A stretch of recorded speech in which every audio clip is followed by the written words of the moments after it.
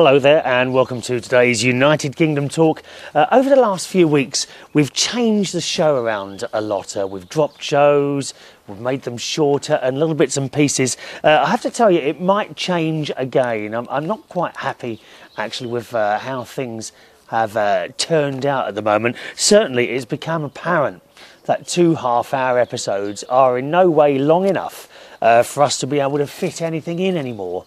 Like the general chit-chat, and indeed a couple of you have been writing to me privately saying you preferred the 3 one-hour shows. Well, that's a little bit too much.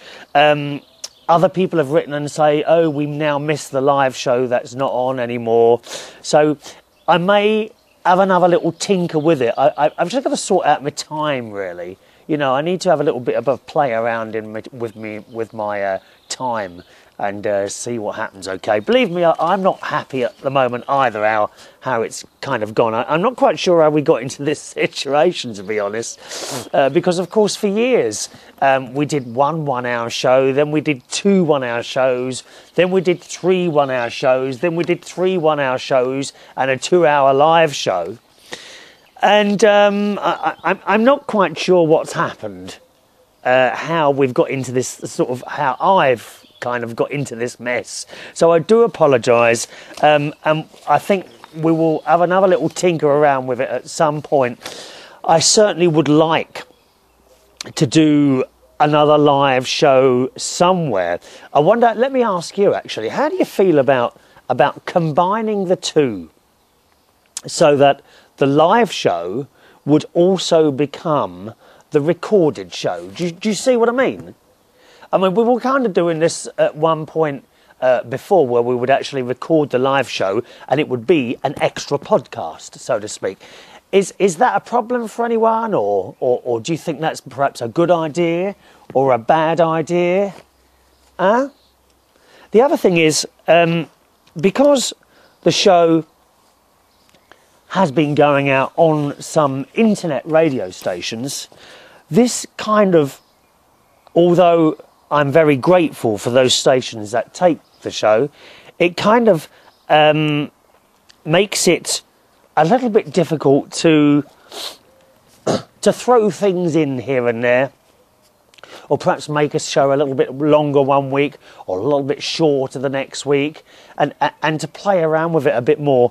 And I think what we're going to have to do is say goodbye to the people listening on internet radio, whichever station you're listening on, as from this point, because I cannot get the timing right. I cannot sort my time. I don't know why. I just don't seem to be able to sort my time out at the moment. And I don't know about you, but I like to commit to things, yeah? Once I've started something, I keep it rolling and rolling and rolling. I'm quite known for being sort of regular, if you see what I mean. What's the word? Dependable, perhaps. Dependable. People can depend on me. They give me something and I depend. Now, if I can't do it any longer, I'd far rather say, okay, this is where it stops now, and there we are, and that's it.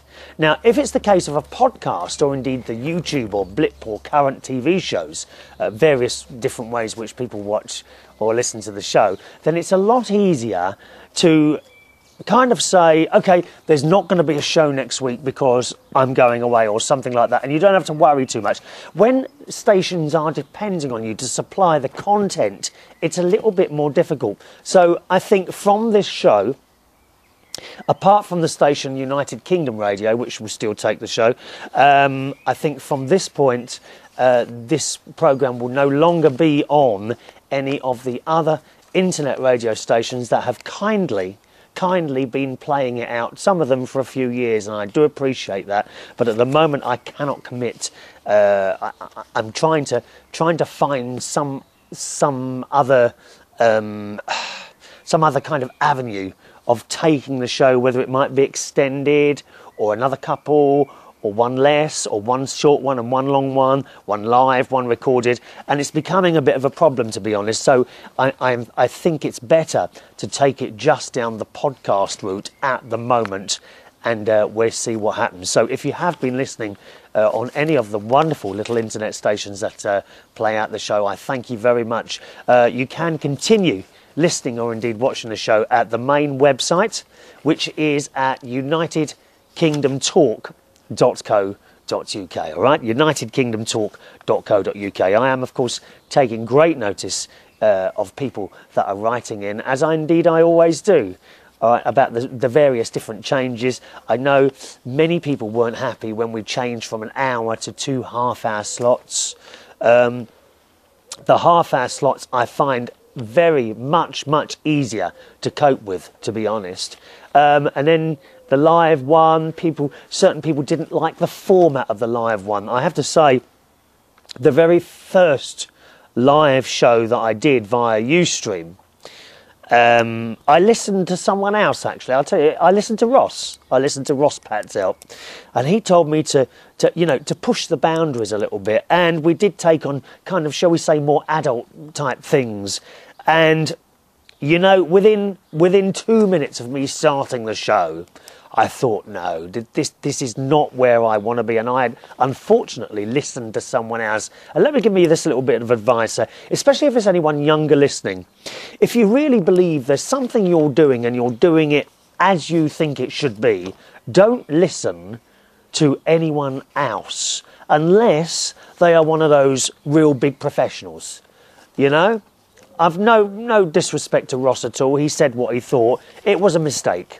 It was a mistake doing that. There was one person in particular that I noticed, no names mentioned, that I noticed suddenly kind of disappeared, one of the listeners actually, and eventually I wrote to the person. I found out what was wrong, and indeed it was that particular show which kind of changed things. And as I say, although I didn't say anything, I wasn't happy at all. You won't be able to find this show, incidentally. It's not up on the podcast or anywhere else. It was trashed immediately. I was very unhappy with how I kind of dealt with that one. But that's the way it is. You don't know unless you try things, do you? So we'll see where this one takes us. All right. I would like to do another live show.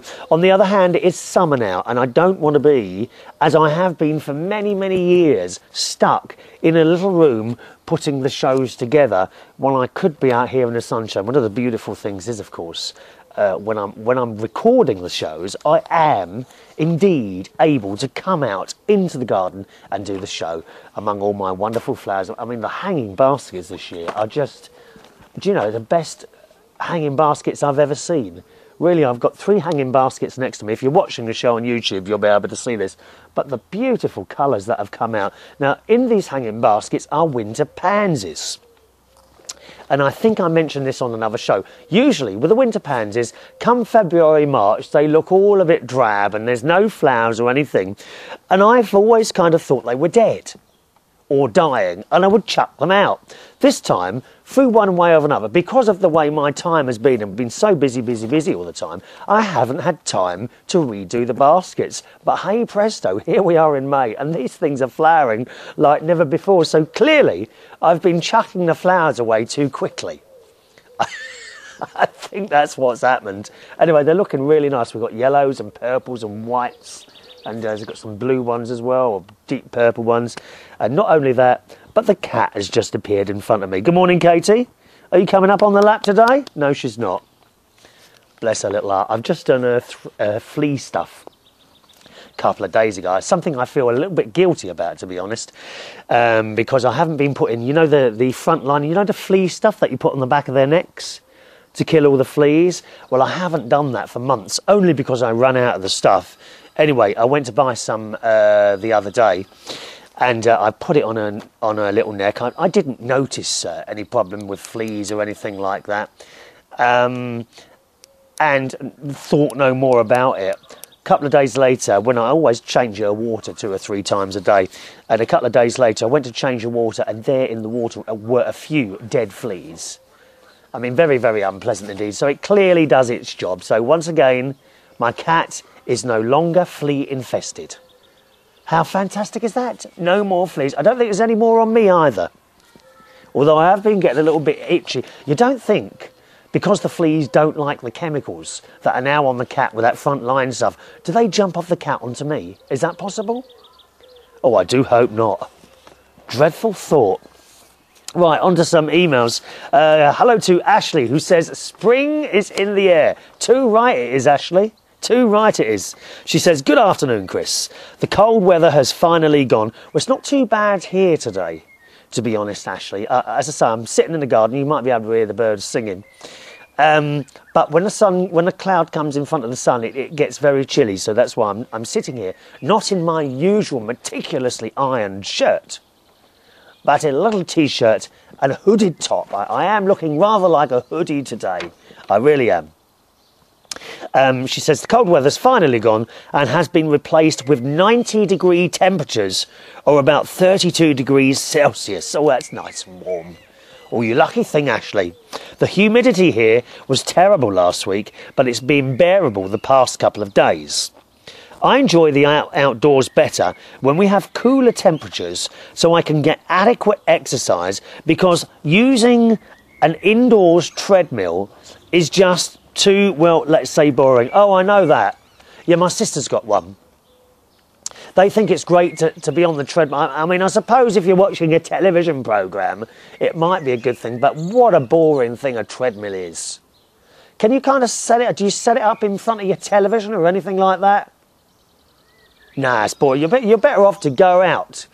Go out in the garden. Do you know that blooming phone keeps ringing today? Go out in the garden. That's it. Go out in the park for a nice walk.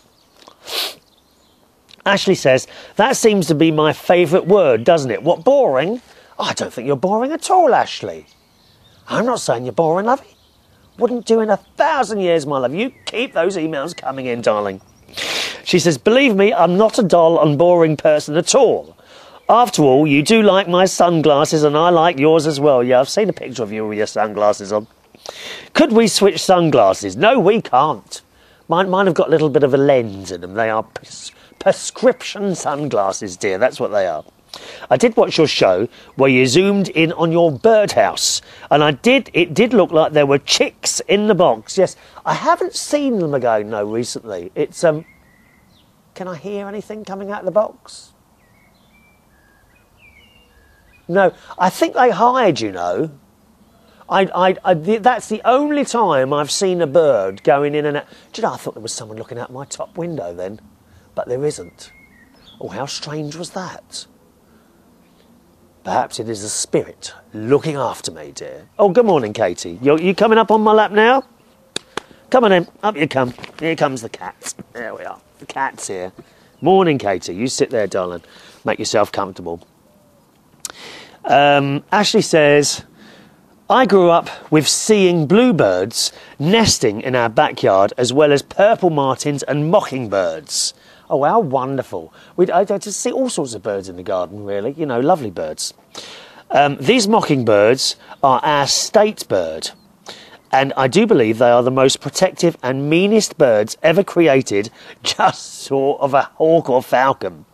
I have a small pond water feature in the backyard that occasionally houses tadpoles and is a wonderful hot weather playground for our multitude of birds. I lost one of my baby birds last week to drowning. Oh, but I quickly fixed the problem by placing bricks inside the pond so that they can escape easily if they fall in. You're right, Katie. Katie, we've got the cat on my lap. Kiss, kiss. Oh, listen to you purring today. There we are. There are a few toad and tree frogs out there too, and I snapped pictures of two toads locked together in their mating ritual, and I'm sure they were sick of me flashing them left and right and wanting to mate in peace. Well, how would you like it, dear, if camera crews turned up and started flashing away at you, Ashley? Poor things, leave them in peace. What a funny person you are, taking pictures of frogs doing that, dear. There's a name for people like you. I'm not quite sure what it is. Something not right there with you, Ashley. The last time we had tadpoles, some sort of insect ate almost all of them, and I haven't been able to figure out how to protect them.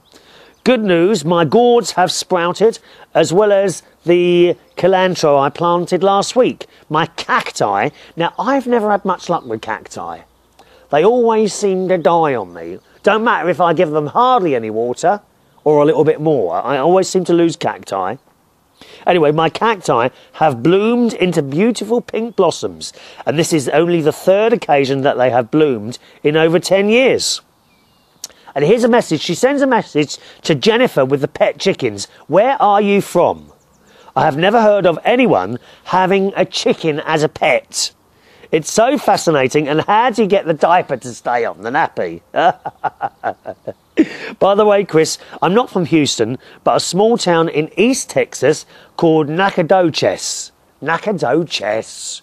What sort of name is that for a town, dear? Nacogdoches? Nacogdoches. I hope you can pronounce this correctly, because I got Buckingham Palace spot on the first time around.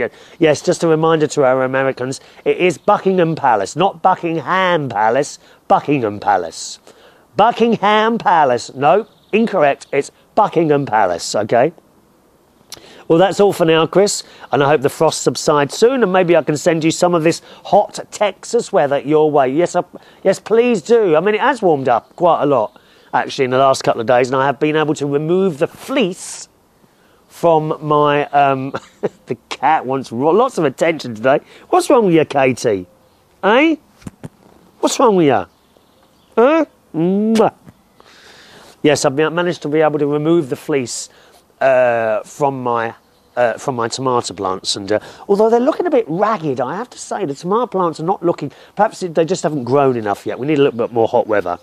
So thanks for that, and of course, once again, thanks for the picture of all the pictures that people send in. It's very, very kind of you. Okay, new listener, Animesh. Hello, Animesh. I think I've got your name right there. Hello, Animesh, who says, "Hi, Chris.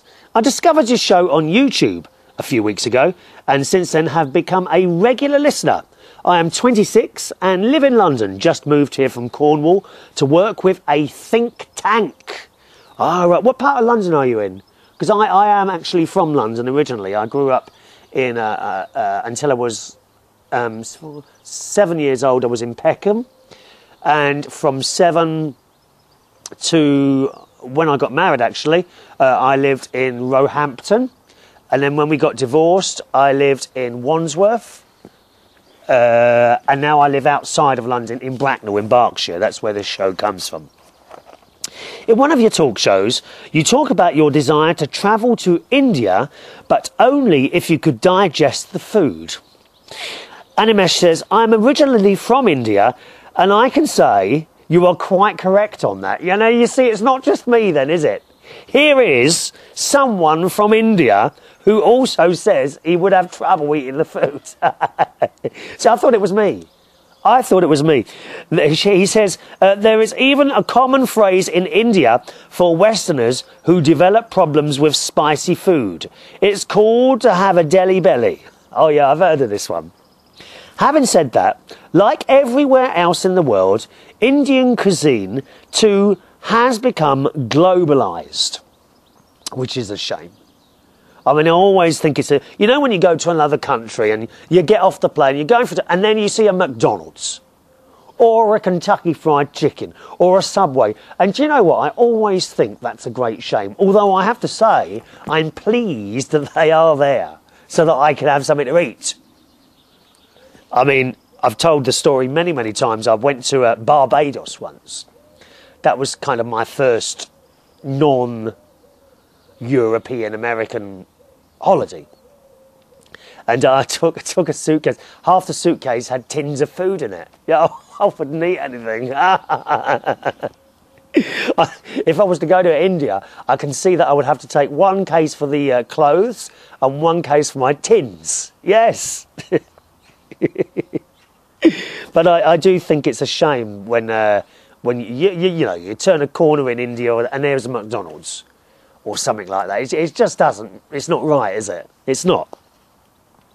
He says, having said that, like everywhere in the world, Indian cuisine has too become globalised, especially in tourist hotspots like Goa Agra, which is city of the Taj Mahal, which I'd love to see that.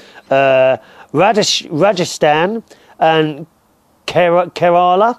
It's also common to find, here we are, look, it's also common to find Western fast food outlets like McDonald's and Pizza Hut in almost every major city now. So it entirely depends on how you plan your trip. I think travel agents like Thomas Cook and Thompson even offer packages with special cuisine for Western tourists. So don't let food deter you from travelling to India, but make sure that you plan well. Now, I didn't know this. I didn't know that. You know, I might pop into Thomas Cook and inquire about that. That's fascinating to know that you can actually get a special package with special cuisine for, you know, food for Western tourists. That's fascinating to know that. Animesh says, I always say if someone doesn't travel to China and India at least once in their life, they will die with an unfulfilled soul. These are giant ancient civilizations that are very unique in many ways, and despite all of the apparent madness, it's still worth to visit these at least once in a lifetime. Also, I want to compliment you on your shows. I find them very funny and friendly. Keep up the good work. And that's from Animesh. Thank you, Animesh. Lovely to hear from you, and welcome along to the show. I'm sorry the emails are taking so long to come up at the moment, but that's partly my fault for cutting down to 2 half-hour shows a week, and it's a job fitting everything in, as has been pointed out by 1 or 2 of you, so thank you. But what part of London are you in? Do let us know, OK? The email address to the show is chris@unitedkingdomtalk.co.uk, all right? chris@unitedkingdomtalk.co.uk. I'm actually reading these out in the order that they came in, OK? Over to Poland now. We haven't heard from Yurik for a while. Hello, Yurik, who says, in one of your shows, you were talking about cycling. Yes, I do enjoy cycling. I do enjoy cycling. I'm a great cycling enthusiast. I've had my... How long have you had your bike? I've had my bike, oh, blimey, about 13, 14, 15... I must have had that bike I've got now for a good 15 years. It worries me, actually. And I don't know if we've got any cyclists watching at all. But metal fatigue. Do you get metal fatigue on bikes? You know, like sometimes when you're hurtling down these hills over... like in the forest or something like I do. And it worries me that something's going to suddenly snap off and I'm going to go straight over the handlebars or something like that. Can that happen to bikes? Is it like best to change a bike every 10 years or something like that? We need a metal expert for that. Maybe our friend Irvin Distiller would know that, who I never hear from anymore. Irvin Distiller, another one that has left the fold and flown. I hear him talk to all the other presenters of all the other shows on United Kingdom Radio, but not to me. Most disappointing.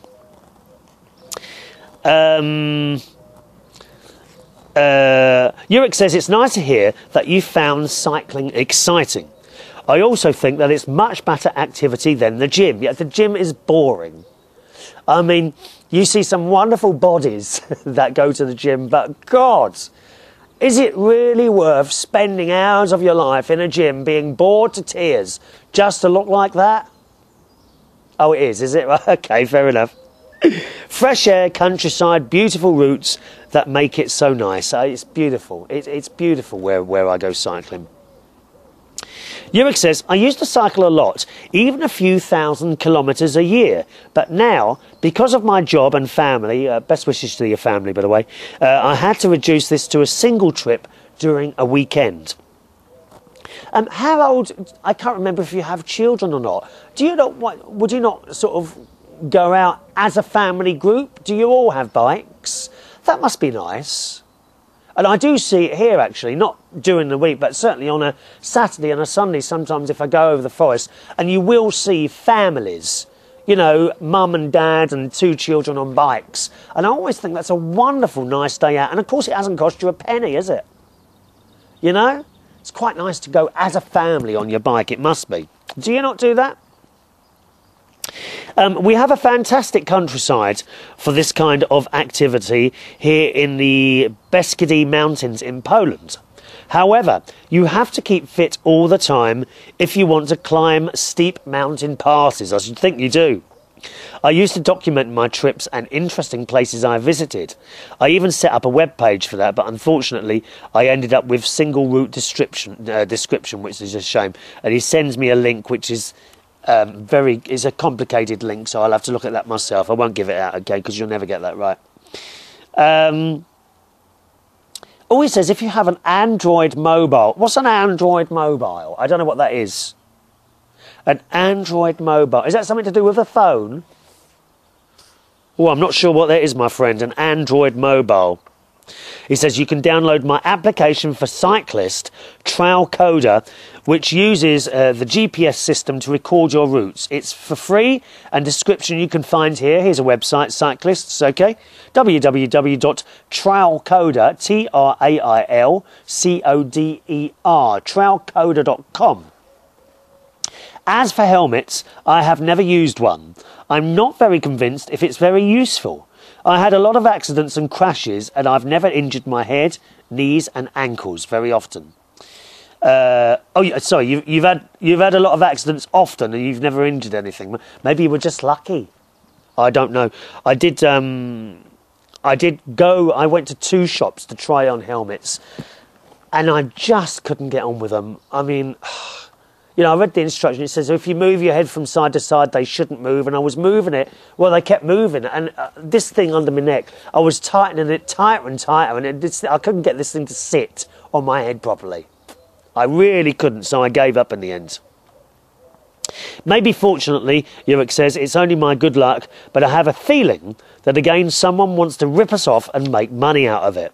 Mandatory helmets, I think, is a limitation of our freedom. Okay, I see what you're saying there.